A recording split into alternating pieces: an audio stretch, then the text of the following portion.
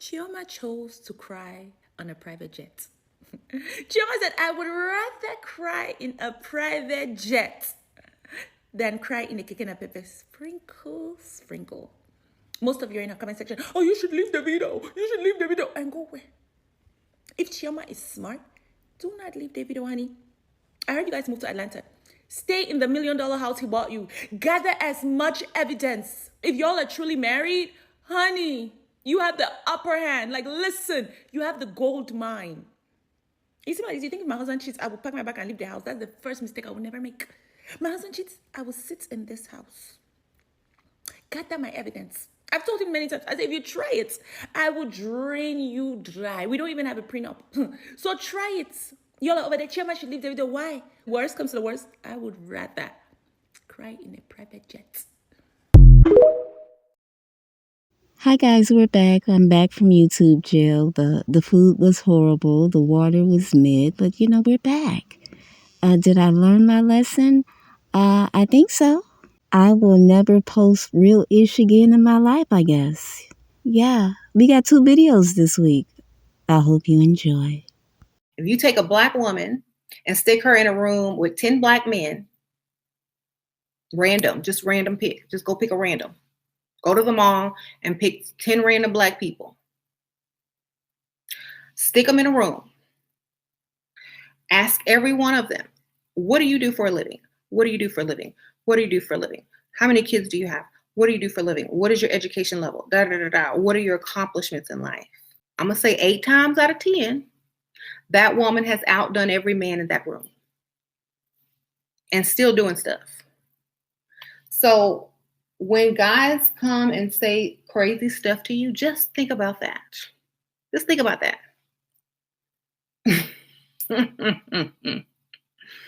Even me, if you take me and stick me in a room, even as a housewife, I still have more accomplishments, and I still probably earn way more as a housewife that don't even leave the house and just sits on YouTube and talks. If you need to work on your body, if you have weight to lose, that needs to be your priority every single day.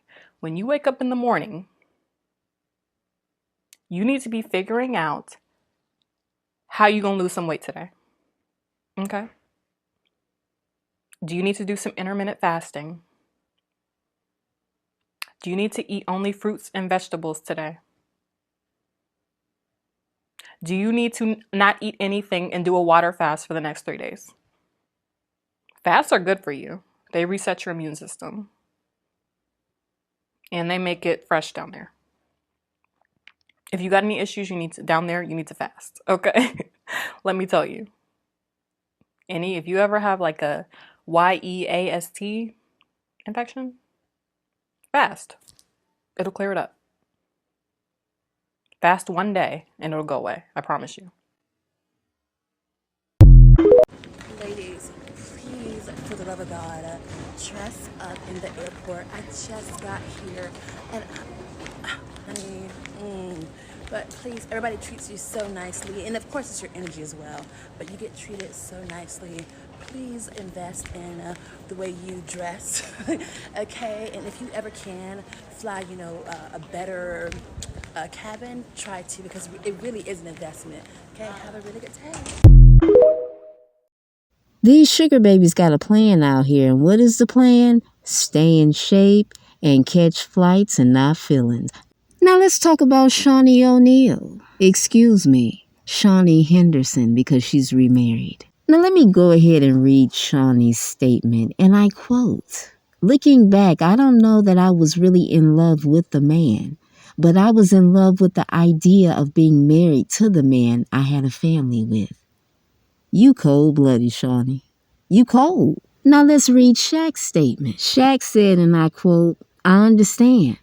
I wouldn't have been in love with me either. Wishing you all the best. All love." Let me give you Shaq's real translation. "Bitch, fuck you. I married your punk ass and we had 5 kids. I had y'all living the high life in LA. Bitch, you need to be grateful." I mean, that's what I got out of his statement, okay? But then the son, their son Sharif, he had a response. Let's read that.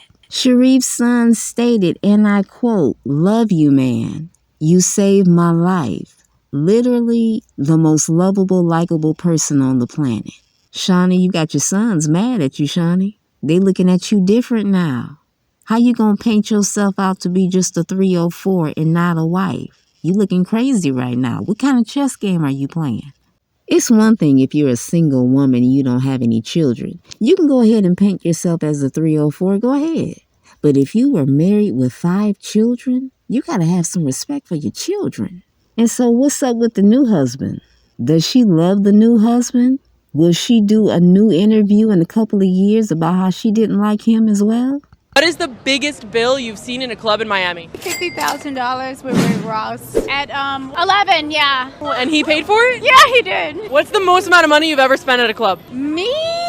Maybe $20,000 at a strip club. You spent it? Yeah, I did. What do you do for work? I'm a sugar baby. What is the most expensive date you've ever been $100,000. on one date? Yeah. And what happened? What'd you do? He gave me $10,000 off the ripper in an envelope. Then it was like $60,000, and then it was a car, and it was a house. What car? A G-Wagon. AMG 63. How'd you get into this? I think the game called me. I didn't call it. So here are the top 5 things that I personally feel a sugar baby should know before trying to get into this lifestyle. Number 1, a sugar baby is not an escort. We do not have sex for money. If that's your prerogative, which, no judgment here, go make an escort site or go on Backpages or, go on whatever. A sugar baby is simply just a younger person dating someone who is older and established. Number 2, there are 2 types of men. One of them is going to be your younger, successful, actual sugar daddies. And the second type of man is going to be someone who's quite a bit older, still has money, but maybe doesn't look as, aesthetically pleasing, and is just kind of looking for that human connection or that physical connection with someone. Again, if all you're looking for is a one-night stand for some quick cash or to try to do some kind of online interaction, that's not what this lifestyle is about. Go and make an OnlyFans or go and do something else. Number 3, your safety comes first, period. A lot of men on there are in positions of power. They like to keep things really private. That's fine, that's dandy, but you need to make sure that this person is actually who they are saying they are. One way I recommend doing this is honestly making a Snapchat. You can video chat on that, pictures go back and forth. It's a really good way to kind of make sure that who you're talking to is who you're actually talking to. If they decide to give you a name or what it is that they do your research, get on the internet, look them up, see if they actually are that person and they are in that profession.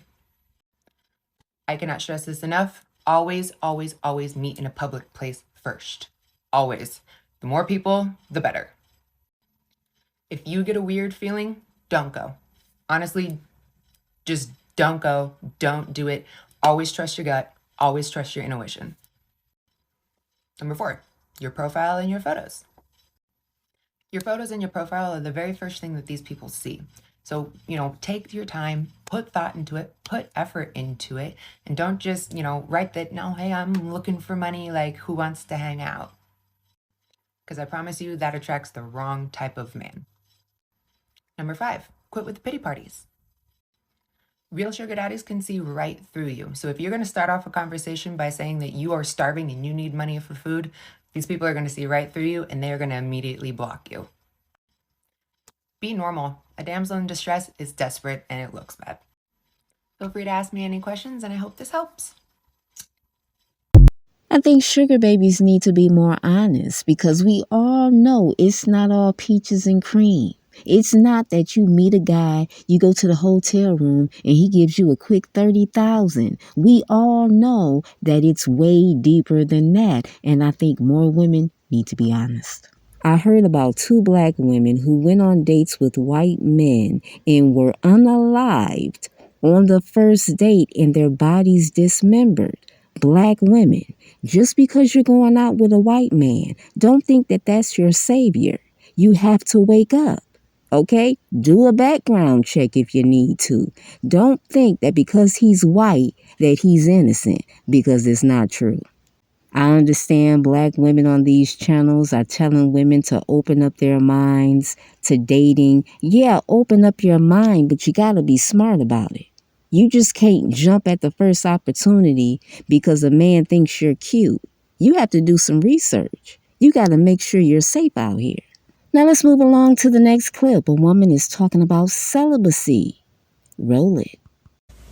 So some of you may know that I haven't had sex with a man in February will be 6 years. And people always ask me, like, how did you do it? How has it been so long? Like, women have needs and blah, blah, blah. And it's like, when I first started, it was for religious reasons. I was trying to be a good girl and do the right thing and all of that stuff. And 5 and some odd years later, it's so easy that it's like, I'm not even trying to be a good girl. Like, if a nigga came along and said the right thing, he could probably get it in 3 days. Not even gonna lie. You might want to get out of here now.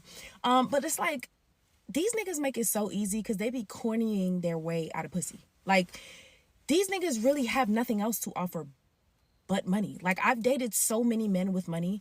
I've gotten so many things and still didn't want to give them anything because all they have is things. Like, I am an intellectual person. I like deep conversation. Like, I want us to be able to talk about everything. What books are you reading? Let's talk about politics. Let's talk about money. Let's talk about religion. Let's talk about family. Let's talk about things that matter, substance. And they don't be having nothing to talk about. Like, have you ever met a nigga whose personality is being a nigga with money? Like, these niggas have nothing else to offer. So, like, when they're complaining about us only wanting money, what else do you have to offer? And if you have nothing else to offer, you definitely got to pay like you weigh. Like, at this point, it's like, I'm begging to meet someone who can intellectually stimulate me and have me tingling with just words. I ain't met a nigga yet. Like, this, at this point, it's like, is 10 years gonna come? Is the hole gonna close all the way together? Like, is it gonna close back up and they're going to have to, like...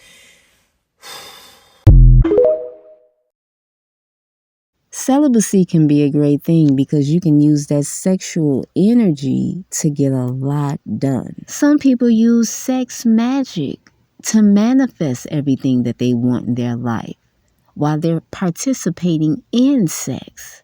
That is a whole other topic. I saw this one video of a man on TikTok, and he was talking about while he was having sex with his girlfriend, he manifested a car and a house. So ladies, while you just simply trying to get an orgasm, your man is deeply manifesting. Wake up to the game. I'm Star. Thank you so much for coming to the channel. Good night.